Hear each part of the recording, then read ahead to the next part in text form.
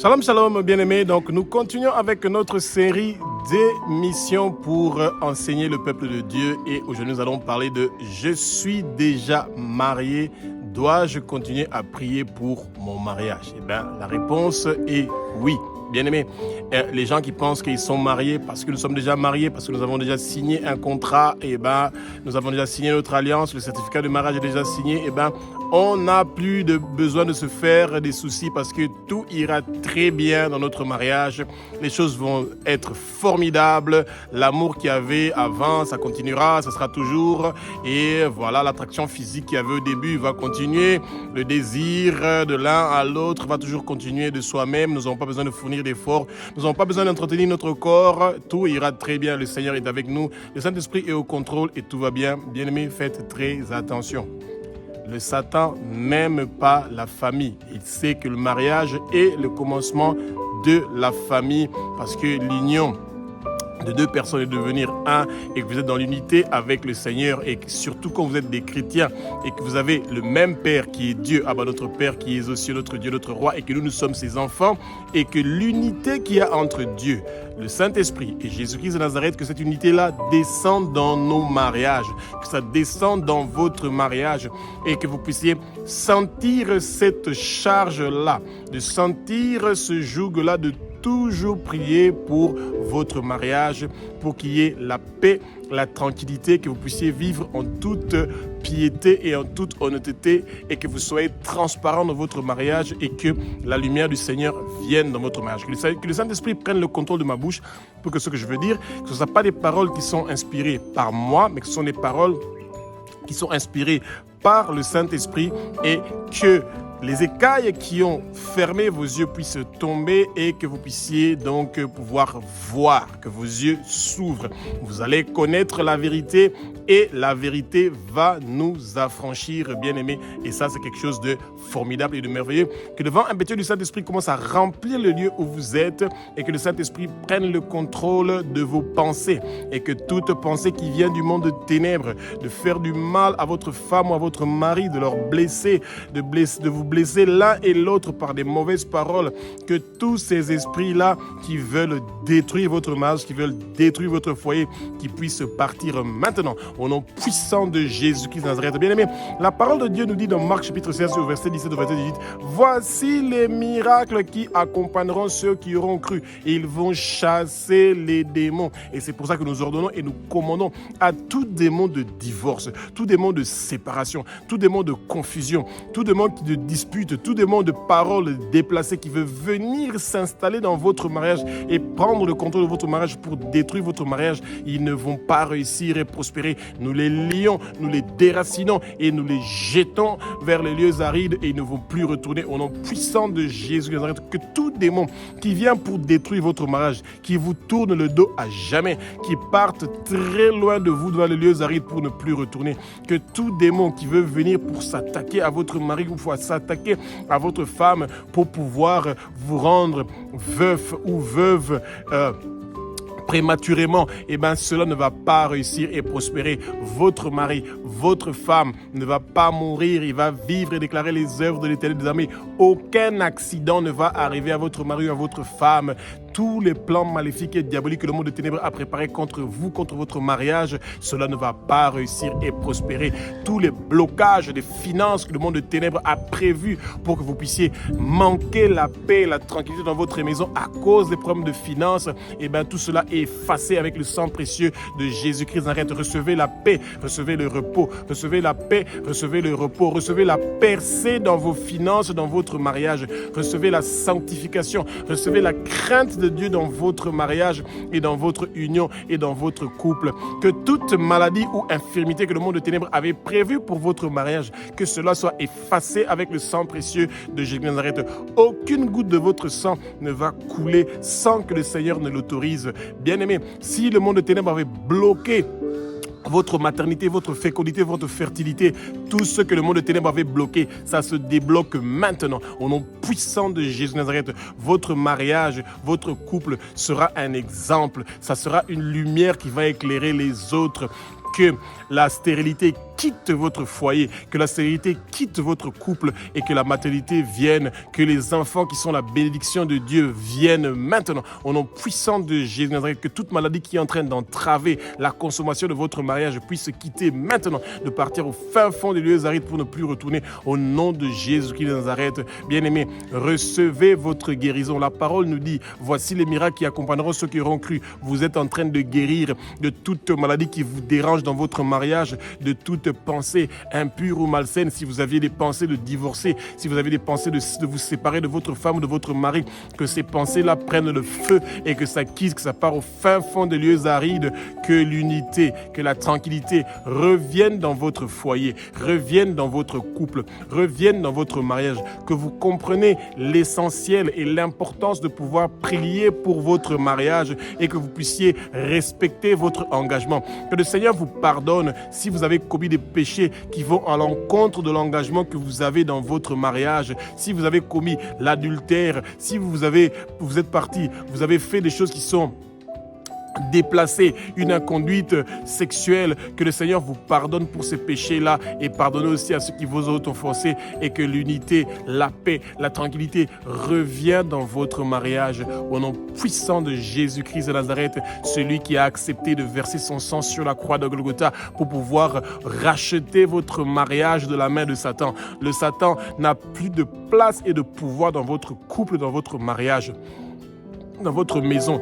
Tout ce qu'ils ont prévu contre vous, partout où on a écrit le nom de votre mari et de votre femme sur des autels sataniques, les autels ancestraux, pour détruire votre mariage, pour que vous ne puissiez pas prospérer et réussir dans votre mariage, et que tout esprit de divorce qui est venu visiter votre famille, tout l'esprit de divorce qui vient de l'héritage de vos parents, sont en train d'être détruits maintenant, au nom puissant de Jésus-Christ de Nazareth. Eh bien, peuple de Dieu, ce que beaucoup de chrétiens et les gens en général oublient quand nous sommes devant les officiers d'état civil ou nous sommes en train de signer le certificat de mariage ou de faire porter la bague à l'autre, nous disons que nous sommes unis dans la richesse, dans la pauvreté, dans les bons moments et dans les moments difficiles, dans les maladies et dans la santé, dans ceci et dans cela, et je te serai toujours fidèle jusqu'à la mort. Je t'aime, tu m'aimes, tu es l'amour de ma vie, tu es la femme de ma vie, etc. Bien évidemment, tous ces bons discours-là, ce sont des bonnes choses qui sont en train d'être dites devant l'état civil. Mais vous devez vous rappeler, peuple de Dieu, que ce sont des points de prière que vous êtes en train de promettre à l'autre. Ça veut dire que chaque jour de votre vie, vous devez prier pour ces sujets-là, pour avoir l'unité dans votre mariage, pour avoir la prospérité dans votre mariage, pour avoir la réussite dans votre mariage, pour pouvoir avoir la bonne santé dans votre mariage, pour que vos enfants puissent avoir la paix, la tranquillité. Ce ne sont pas des choses qui sont acquises gratuitement, non.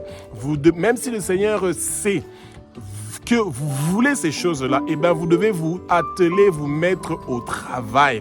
C'est des choses que vous devez toujours demander au Seigneur de continuer à déverser cette huile d'onction-là, que le Seigneur continue à déverser cette unité dans votre mariage, que le Seigneur continue à déverser la prospérité, et que les habits de pauvreté que vous avez portés ou que vous avez hérités de vos parents, vous les enlevez et vous les jetez au feu. Le Seigneur est saint, saint, saint, et toute sa gloire est en train de remplir votre mariage. Que la sainteté du Seigneur remplit votre mariage, remplit votre maison. Recevez la sanctification, la pureté, la sainteté dans votre mariage. Que le mensonge quitte votre mariage, que l'infidélité quitte votre mariage, que toute chose qui peut entraver la confiance puisse quitter votre mariage. Bien aimé, vous devez vous battre pour ces choses-là. Vous avez un instrument que vous devez utiliser. L'épée est la parole, la connaissance du Seigneur. Vous devez mémoriser la parole pour pouvoir vous battre contre toute chose qui veut détruire votre existence. Quand vous n'avez pas la paix, le repos dans votre mariage, eh ben, c'est une mauvaise base pour pouvoir réussir à prier avec facilité. Pourquoi? Parce que vous allez vous sentir, menacés. Et les femmes, surtout les femmes, quand elles ne se sentent pas en sécurité, quand elles se sentent menacées par le comportement de l'homme qui peut peut-être l'abandonner pour aller vers une autre femme, et qu'elle va se retrouver seule avec les enfants, ou qu'elle va se retrouver seule dans des difficultés financières, eh ben, ça devient difficile pour pouvoir réussir à prier pour l'homme. Et une femme qui est attristée, eh ben, les finances et la vie de l'homme qui est en train d'attrister une femme ne fonctionne pas. Et de la même façon, une femme qui est en train d'attrister son mari et que son mari est dans une certaine souffrance à cause du comportement de sa femme, eh ben, ça emmène le blocage des bénédictions de votre couple, de votre mariage. Et c'est pour ça que le peuple de Dieu doit prendre l'habitude de prier les uns pour les autres, le mari pour la femme pour le mari, et vous priez ensemble quand il y a un moment vide. Prenez quelques minutes pour pouvoir prier ensemble. Une prière qui est en prière, où vous allez de prier ensemble, et ben, ça renforce votre relation avec Dieu. C'est pour ça même que la parole nous dit, quand un ou deux personnes s'assemblent, donc, eh ben, le Seigneur sait déjà que quand vous êtes déjà à deux, vous formez une église. En priant ensemble, eh ben, la fraternité, l'amour fraternel, la communion fraternelle commence déjà au sein de votre mariage, et vous avez besoin seulement de deux personnes pour commencer avec cet amour-là qui sera inspiré par le Saint-Esprit, de trouver les bonnes paroles de comment vous devez faire pour continuer à honorer les engagements que vous avez pris le jour de votre mariage. Vous n'avez pas prononcé seulement des paroles vaines pour faire plaisir aux gens, mais vous avez prononcé des paroles qui sont nécessaires pour que vous puissiez prier que ces choses-là se réalisent, que vous gardez ces promesses-là que vous avez promis à l'autre, et de rester dans la fidélité. L'infidélité est devenue par excellence ce que nous commençons à trouver dans nos églises. Pourquoi? Parce que le peuple de Dieu a abandonné la parole. La parole est sortie des églises et ça a été remplacé par l'infidélité, le mensonge, la calomnie, les rumeurs. Ce sont les choses qui sont en train de détruire nos foyers, nos couples, nos mariages. Les rumeurs, j'ai vu ton mari là-bas, j'ai vu ton mari avec telle sœur, j'ai entendu ta femme avec tel pasteur, ta femme est entrée dans le bureau de tel pasteur. Tous ces rumeurs-là sont en train de détruire le peuple de Dieu, sont en train de détruire nos familles, sont en train de détruire nos mariages. Bien aimés, quand vous avez pris déjà cette décision courageuse de vous marier, eh bien, vous avez pris une grande décision dans votre vie. Pourquoi? Parce que pour un homme, la parole nous dit que l'homme doit aimer sa femme comme Jésus aime son Église. L'Église, corps du Christ. Ça veut dire que en tout temps, en chaque moment, l'homme est celui qui est en train de protéger sa femme, sa famille, son foyer. Et ça veut dire que c'est un aveu que vous dites qui n'est pas du vent et que c'est quelque chose qui est une réalité. Peu importe ce que votre femme fait qui n'est pas bien, peu importe ce que votre mari fait qui n'est pas bien, vous devez avoir la tolérance, l'amour, la sagesse et l'intelligence de comprendre que le Satan est devant votre porte et il attend à la première occasion qu'il peut tirer sur vous, sur votre mari, sur votre femme et sur vos enfants, sur votre mariage pour le détruire. Eh bien, il va le faire parce que le Satan déteste l'unité. Il ne veut pas de l'unité qui règne dans votre maison. Il ne veut pas de la réussite dans votre vie. Le fait déjà que vous avez uni beaucoup, vous avez uni vos familles, vous avez dépensé beaucoup d'argent pour vous unir et que vous êtes ensemble et que la société va vous respecter parce qu'ils savent que c'est quelque chose qui n'est pas facile à faire et que vous avez des enfants, vous avez un foyer, vous avez une maison et que vous réussissez à subvenir aux besoins de votre maison et que vous suez, vous transpirez, vous battez pour la réussite de votre foyer, de votre maison, eh bien, le Satan n'est pas content quand il voit que le peuple de Dieu est en train d'avoir la stabilité. Bien aimé, vous allez vous mettre à genoux plusieurs heures, plusieurs fois pour prier pour la stabilité de votre mariage, pour la stabilité de votre amour, pour la stabilité de la vie spirituelle dans votre couple et dans votre mariage. Que le Seigneur continue à vous fortifier, bien-aimés. C'est un combat que nous sommes en train d'affronter. Et le Satan sait, quand il divise un mariage, il divise un couple, il amène la confusion dans le mariage et dans le couple, et bien, les enfants sont des grandes victimes de tous ces zizanies-là. Ils n'ont pas demandé de mariage, ils n'ont pas demandé d'être nés. C'est nous qui avons demandé au Seigneur d'avoir des enfants. C'est nous qui avons pris la décision de nous marier et après, on fuit ces responsabilités-là parce que l'autre a dit ceci, parce que l'autre a fait cela. Et bien, nous devons pas attendre que ces choses-là arrivent dans notre foyer, arrivent dans notre mariage, mais nous devons déjà anticiper ces choses-là. Priez déjà pour ça. Combien de gens prient déjà contre le divorce, contre la séparation, contre les conflits, contre les mauvaises paroles qui sont prononcées par vos partenaires? Vous devez anticiper, ça veut dire prier déjà en avance. Proclamez des bonnes paroles, prophétisez des bonnes paroles sur votre mariage. Ce n'est pas parce que vous êtes déjà marié que vous n'avez plus besoin de vous soucier de ces choses-là. Bien-aimés, dites, mon mariage ne va pas échouer. Je n'aurai pas d'échec dans mon mariage. Je n'aurai pas de divorce. Mes enfants ne divorceront jamais. Il n'y aura plus de divorce. Tout héritage de divorce qui vient de mes parents, du côté de mon mari ou du côté de ma femme, cela est effacé par le sang précieux de Jésus. Nous n'allons pas connaître de conflits, des séparations, des disputes dans notre foyer, dans notre couple, dans notre mariage. La paix et la tranquillité, le repos, la stabilité dans tous les domaines de notre mariage va régner dans notre vie jusqu'à notre mort. Bien aimés, ouvrez vos bouches, proclamez, prophétisez sur votre mariage. Si vous attendez que vos pasteurs commencent à dire ça pour vous et que d'autres hommes de Dieu, de serviteurs commencent à dire pour vous, eh bien vous perdez votre temps. Eux ici, ils ont leur propre fardeau à eux. Ils ont leur propre joug qu'ils sont en train de porter. Vous devez ouvrir vos bouches et dire ces paroles-là pour votre foyer, pour que votre unité soit dans votre mariage, pour que vos enfants aient une bonne éducation, que vos enfants aient la stabilité, qu'ils aient des bons résultats à l'école, qu'ils puissent avoir un bon travail, qu'ils puissent aussi se marier à leur tour, que tout blocage que le monde de ténèbres avait amené dans votre mariage soit débloqué maintenant au nom puissant de Jésus Nazareth et que vous recevez la révélation des choses qui sont cachées dans votre mariage pour que vous puissiez prier et briser et rompre ces choses-là. Quand nous sommes mariés, eh bien, nous pensons que maintenant, le moment de la tranquillité est arrivé. L'homme pense que comme il porte une bague, eh ben, les femmes ne vont plus le déranger. La femme pense que comme elle porte maintenant une bague, les hommes ne vont plus le déranger. Au travail de la femme, son patron ne va plus le déranger parce qu'il sait qu'elle est mariée. Au travail du mari, la secrétaire, les autres collègues ne vont plus déranger le mari parce que l'homme est marié, il porte une bague. C'est un responsable, c'est une responsable, donc il n'y aura plus de difficultés. Eh bien, vous êtes en sécurité parce que les gens ont vu que vous portez une bague, donc ils ont peur et ils ne vont plus vous déranger. Bien aimé, faux et archi-faux. La guerre est déjà déclarée. Le fait que vous portez cette bague-là et que vous avez honoré votre femme et que vous êtes une femme que vous avez été honorée par votre mari, ça commence même dans votre propre famille.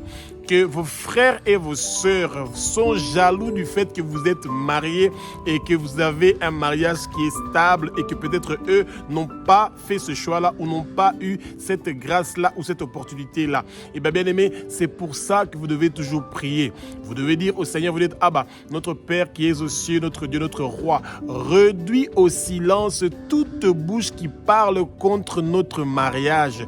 Que ces bouches-là qui sont en train de maudire notre mariage, qui sont en train de parler contre notre mariage pour qu'il soit détruit, réduis-les au silence.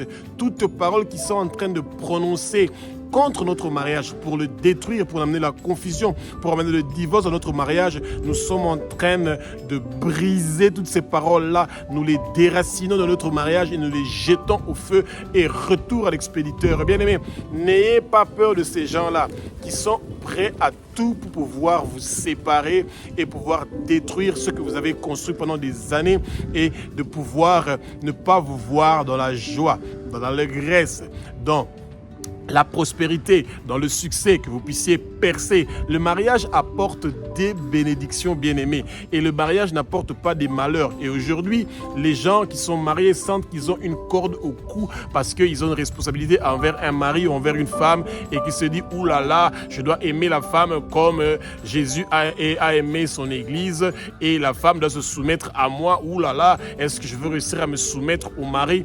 Bien-aimé, le Saint-Esprit est au contrôle. Demandez au Saint-Esprit de s'occuper de votre mariage et vous allez avoir le succès, la réussite. Soyez des guerriers et des guerrières de prière. Priez avec ferveur pour votre mariage jusqu'à la fin et que le Seigneur se révèle à vous et que vous continuez à vous battre pour pour la chose pour laquelle vous avez prié pendant beaucoup de temps pour pouvoir l'avoir. Il y a des gens qui prient depuis qu'ils ont leurs 18 ans pour avoir le mariage jusqu'à aujourd'hui. Ils ne l'ont pas eu, pourtant ils sont déjà avancés en âge et vous, le Seigneur vous a fait la grâce de vous marier jeune et d'avoir cette opportunité-là de ne plus être dans la solitude mais d'être en train de consommer la sexualité en toute légitimité et d'être en train de consommer l'amitié, l'amour en toute légitimité et d'autres gens sont jaloux de vous et ils veulent toujours être là, que vous soyez la même chose que eux pour qu'ils puissent vous critiquer. C'est pour ça que quand vous avez eu votre mariage, il faut le chérir, il faut prier pour ça, pour le garder parce qu'il y a des gens qui attendent que vous tombez pour qu'ils se moquent de vous et c'est ça que vous devez éviter et vous devez être préventif. Priez déjà en avance pour ce que le monde de ténèbres est en train de préparer contre vous. Et les femmes qui sont célibataires sont très intéressées de nos jours par les hommes qui sont mariés pour toi parce que beaucoup de femmes sont autonomes, elles ont leur argent, elles ont leurs moyens, elles n'ont plus besoin d'un homme pour habiter avec eux 24 heures sur 24 pour leur donner des maux de tête. Ils préfèrent un homme qui est marié, avec qui il peut faire des petites choses dans les hôtels ou chez elle à la maison et elles sont à l'aise. Et après, quand tu as fini, tu rentres chez toi et elle est en train de faire ce qu'elle est en train de faire. Et bien, de nos jours aussi, des hommes qui sont extrêmement riches, qui ont leurs moyens et qui pensent que parce qu'ils ont leurs moyens et leur femme n'est pas celle qui travaille, qui a les moyens, et ben, il peut coucher avec qui que ce soit. Il part, il pisse partout, il veut pisser et il revient à la maison et il est à l'aise. Il peut faire ce qu'il veut. Et ben, bien aimé, quand vous priez pas pour votre mari ou pour votre femme, et ben, ils sont pas à l'abri. Quand ils ont une bague, c'est ça qui intéresse le monde de ténèbres, détruire ce que vous avez construit. Quand vous êtes dans le mariage, c'est le bon moment, bien aimé. L'amour conjugal, la vie conjugale, la vie dans votre maison, la vie en couple est quelque chose qui n'est pas acquis gratuitement.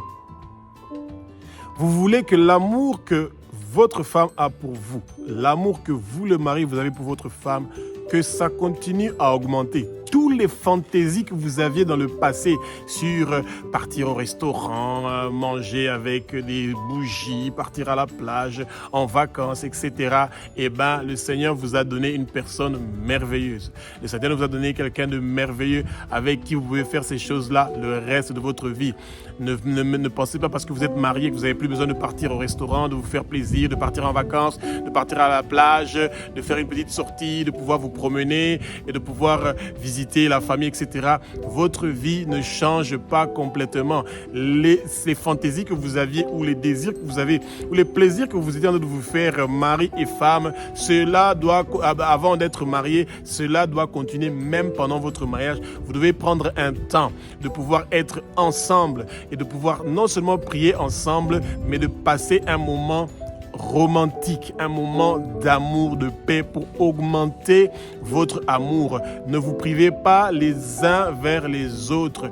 Et ça, quand vous êtes en train de consommer votre mariage, de vous approcher l'un vers l'autre, et ben ça vous facilite la tâche. Quand l'homme laisse à la femme toutes les tâches de la maison, de s'occuper des enfants, de s'occuper de la maison, de préparer la nourriture, de faire les courses, de nettoyer la maison, de faire ceci et cela, et la femme est fatiguée et elle revient. Qu'est-ce que vous pensez de ce qu'elle va faire pour vous la nuit quand vous avez besoin d'elle? Elle sera épuisée et la seule chose qu'elle aura besoin de faire, c'est de dormir. Et je ne dis pas que c'est votre faute, le mari, mais vous n'avez pas fait une bonne préparation. La bonne préparation, c'est celui d'amener la force à votre femme en l'aidant dans les tâches ménagères, en l'aidant dans la vie conjugale, dans vos responsabilités. Et bien, ces choses-là, vous devez prier pour que le Seigneur vous donne la force de pouvoir vous entraider les uns les autres pour pouvoir réussir cette mission que le Seigneur vous a donnée d'être exemplaires. Et vos enfants sont les témoins de ce que vous êtes en train de faire dans la maison. Les enfants qui voient un bon exemple chez eux à la maison par leurs parents biologiques qui sont leurs éducateurs, et ben c'est ça qu'ils vont reproduire dans leur mariage, et vos enfants auront les meilleurs mariages du monde parce qu'ils ont vu la meilleure exemple de leur vie. Le mariage ne sera pas toujours une vie en rose. C'est pour ça qu'il faut toujours prier, parce qu'il y aura toujours des hauts et des bas vertigineux. Et surtout quand un des deux couples commence à avoir l'argent, la richesse. L'argent peut détruire complètement votre mariage. Mais ne faites surtout pas l'erreur de prier pour que votre partenaire ne puisse pas gagner de l'argent, qu'il ne puisse pas percer, pour que vous puissiez avoir un mariage stable, parce que l'argent est aussi nécessaire pour partir au restaurant, pour faire étudier les enfants, pour partir aux vacances, pour que vos enfants plus tard puissent avoir des études, faire des études supérieures. Et ben, vous avez besoin de toutes ces choses-là. Vous devez prier contre la méchanceté, vous devez prier contre la jalousie, vous devez prier contre tout blocage que le monde de ténèbres et le Satan est en train d'amener dans votre vie. Tout le travail que les trônes, les dominations, les principautés invisibles, les puissances invisibles, et ben les agents du monde de ténèbres, du quartier où vous êtes, de la région où vous êtes, tout ce qu'ils ont préparé pour détruire les mariages, pour détruire votre couple, cela ne va pas réussir et prospérer, bien aimé. Il y a de la souffrance aussi qui vient dans votre mariage. Pourquoi? Parce que c'est deux caractères qui doivent se fusionner. Mais le peuple de Dieu est un peuple qui aime l'unité. Et c'est pour ça que vous travaillez ensemble. Vous coopérez pour que vous puissiez être unis. Vous coopérez pour que vous puissiez être ensemble. Et cette coopération-là commence par l'unité dans la prière. Quand vous intercédez pas, vous priez pas les uns pour les autres dans votre mariage, et c'est parce que vous n'avez pas commencé à faire ça avant de vous marier. Quand vous le faites ça avant de vous marier, le Saint-Esprit peut vous dire que la personne avec qui tu vas partir pour t'unir, c'est une personne qui n'a pas reçu Jésus avec sincérité. Il n'est pas encore prêt d'accepter la volonté du Père dans sa vie. Il n'est pas encore ou elle n'est pas encore prête d'accepter Jésus. L'objectif que cette personne-là a, c'est d'avoir ton corps, le sexe, les rapports sexuels, l'appétit sexuel, le sexe.